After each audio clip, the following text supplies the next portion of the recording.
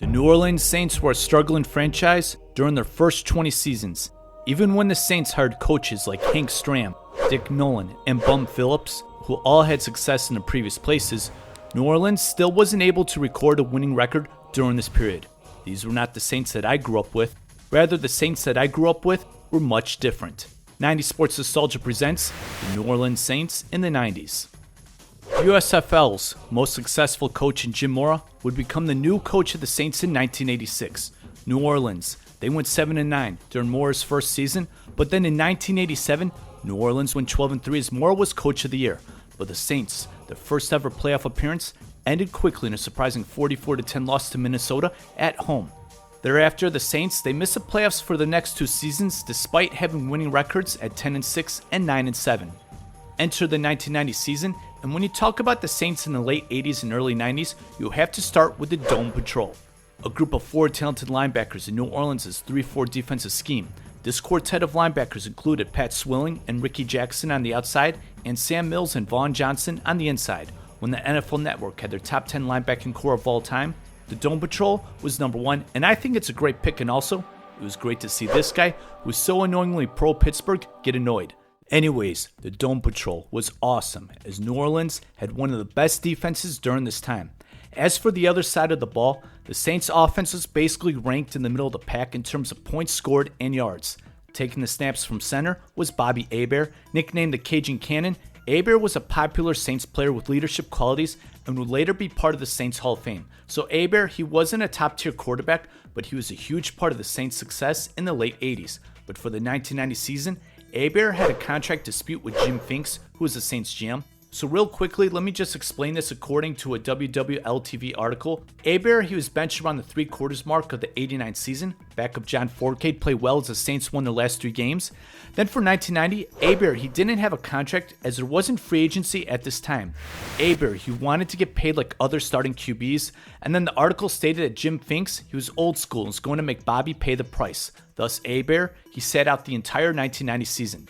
So the Saints, they opened that season with Forcade, who did not play well. Finks still, he did not want to cave in and sign Hebert. So in late September, the Saints, they traded a first, a second, and a third round pick to the Cowboys for Troy Aikman's backup and Steve Walsh. However, this would go down as one of the worst trades in Saints history. The 1990 Saints, they did not have a winning record at 8-8, but is good enough to get them into the playoffs. However, their postseason ended quickly once again due to a 16-6 loss at Chicago. Enter the 1991 season, and Bobby Hebert would finally sign a 2-year contract and return as Steve Walsh. He would be relegated to be the backup. During the season, New Orleans, they would start off with a 7-0 record. Now during the stretch, there's a game that I have to mention that has been one of the most memorable Saints games for me. For Week 7, New Orleans, they traveled to Philadelphia in a battle of two outstanding and fierce defenses. During this game, Hebert, who's knocked out of the game, meaning Steve Walsh should come in. As for Philadelphia, quarterback Randall Cunningham, he was out for the season. Backup Jim McMahon, he was out with an injury. So rookie Brad Gable and veteran Pat Ryan, they'd play quarterback for Philly. The game ended in a 13-6 Saints victory, and I loved this game. Many might say it was bad and boring football, but I had fun watching this game. Both defenses, they really got after it, as it was quite the struggle for each team to get first downs. More on these Eagles later on. But anyways, Hebert was knocked out with a concussion during that Eagles game, but he also suffered a shoulder injury, which led to Hebert missing the following game versus Tampa Bay. But Hebert, he'd return to play the Bears, but then Hebert, he'd miss the next 6 games, but started the last 2 games. During the stretch where Hebert was injured, New Orleans, they endured a 4-game losing streak. Nonetheless, the Saints, they won their first ever division title, finally having a better record than the mighty 49ers. So the Saints, they were set to host their hated division rival, the Atlanta Falcons, in the wild card round. It was a tremendous environment as the crowd was very raucous, but unfortunately for the Saints faithful, a late interception sealed the game. As you can see, because it was a Jerry Glanville team, is far from a normal game-sealing interception. But once again, another early postseason exit for New Orleans. Enter the 1992 season, all 4 linebackers in the Saints Dome Patrol linebacking unit made the Pro Bowl, which was amazing considering how much harder it was to make a Pro Bowl back then. But anyways, the Saints, they went 12-4, were second in division to the 49ers. Thus, the Saints, they didn't have a bye and had to open the postseason at home in the wildcard round against the Philadelphia Eagles. Now, this was such an interesting playoff game to me. Both the Eagles and Saints, they had outstanding defenses, but in the late 80s and early 90s, both teams are not able to get a postseason win, so this was a battle. of which one of these two talented teams to see who would finally get a postseason win. To me, I had the feeling it was finally going to be New Orleans' time to move on in the postseason, but instead, Philadelphia won, as this Eric Allen interception has been etched in my memory forever, as this was the definite nail in the coffin for a fourth early postseason exit during the Jim Mora era. When I look back, this interception to me symbolizes the end of an era. Heading into the 1993 season, the Dome Patrol would begin to disperse. Pat Swilling, who was the 1991 NFL Defensive Player of the Year, was one of the best pass rushers coming off the edge. He was not happy in New Orleans and didn't feel appreciated with Finks and management. What transpired was that Swilling was traded to Detroit for a first and fourth round pick. New Orleans' first round pick in 1990 was an athletic defensive player named Ronaldo Turnbull, who was too light to play on the D-line and wasn't going to get a lot of snaps at the linebacker position when the Dome Patrol was intact. So Turnbull, he'd get his opportunity as Swilling's replacement, and he did get 13 sacks and became a first-team All-Pro selection in 1993, but he couldn't quite replicate that production as his NFL career ended with Carolina in 1997. Furthermore, the Saints, they weren't able to get a contract signed with Bobby Hebert, and with free agency now a part of the NFL at this time, Hebert, he signed with the Falcons after contract discussions ended due to the Saints signing 34-year-old quarterback Wade Wilson, who was a quarterback who defeated the Saints during New Orleans' first ever playoff game. But anyways, for the 1993 season, the Saints, they got off to a 5-0 start. Thereafter, the Saints, they would endure a tough stretch where they'd go 2-6. Then in a game against the New York Giants, Wade Wilson got injured and the Saints faithful were cheering. This led to Jim Mora giving one of his famous tirades where you'll never hear someone say the word sick so many times in a 30-second span. Despite the 5-0 start, the 93 Saints, they finished 8-8. Uncharacteristically, the Saints, they ranked 22 out of 28 teams in points allowed, but they did allow the fewest passing yards in the league, but allowed the fourth most rushing yards in the league. Then for the 94 season, Ricky Jackson, he'd sign as a free agent and go to the 49ers, and Vaughn Johnson, he would sign with the Philadelphia Eagles, meaning Sam Mills was the only player left in New Orleans from the famed Dome Patrol defense. So for the 94 season, Jim Everett, he was a good quarterback for the Rams, but his best days, they were behind him. The Saints acquired him for only a 7th round pick. Moreover, Steve Walsh would leave to sign with the Bears. The 1994 Saints, they finished at 7-9. Then in the offseason, Sam Mills, he'd sign with the Carolina Panthers as the Dome Patrol would be no more in the Big Easy. But anyways, Jim Everett, he'd be the QB again in 1995, and the Saints once again, they finished 7-9. Then in 1996, the Saints, they started off at 2-6, and after that 6th loss, Jim Mora once again had another one of his famous rants with the media. But then the next day, Mora, he announced his resignation with the team while praising the organization. This was truly an end of an era. The unique coach, who finally brought winning football to the Big Easy, was no longer going to wear the gold and black on the sidelines. Sometimes when a coach gets fired, an organization may try to hire someone who's the opposite than the previous coach. But instead, the Saints, they'd still get some more flamboyancy from their head coach, but would he be the right fit? So before I go further with the Saints in the 90s, I want to talk about some key acquisitions. To begin, from 1993 to 1996, the Saints, they drafted 3 players in the first round that included a Hall of Famer, an offensive tackle Willie Roaf, and a couple of Pro Bowlers in defensive end Joe Johnson and linebacker Mark Fields. Then prior to the 97 season, the Saints, they did a great job in acquiring 3 players out of nowhere, and Leroy Glover would wind up being awesome for the Saints. Glover was originally drafted by the Raiders in 1996 in the 5th round, and then he was released quickly by the Raiders and signed with the Saints in August of 1997. Furthermore, safety Sammy Knight and linebacker Keith Mitchell, they went undrafted for the 97 draft, and then they were signed by the Saints. I thought Knight was a very good safety and was extremely underrated. But anyways, the New Orleans Saints, they hired Mike Ditka to be the new head coach. And I want to talk about the Ditka era more through my point of view, with me being from Chicago, and this era made me feel bad for Saints fans, in which I'll explain later. So to begin, Ditka and the legendary 85 Bears was before my time, but I do remember the end of his tenure with the Bears and when he was fired. Ditka was the most well-known football coach at this time. While with the Bears, Ditka became such a huge brand.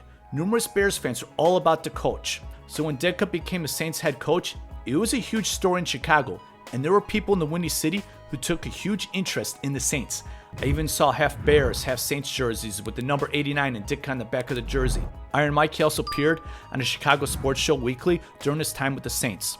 So now let me get to 2 examples where it seemed like the Ditka brand seemed to overshadow everything else to the point where I felt bad for Saints fans, but perhaps these are 2 examples that you aren't thinking about.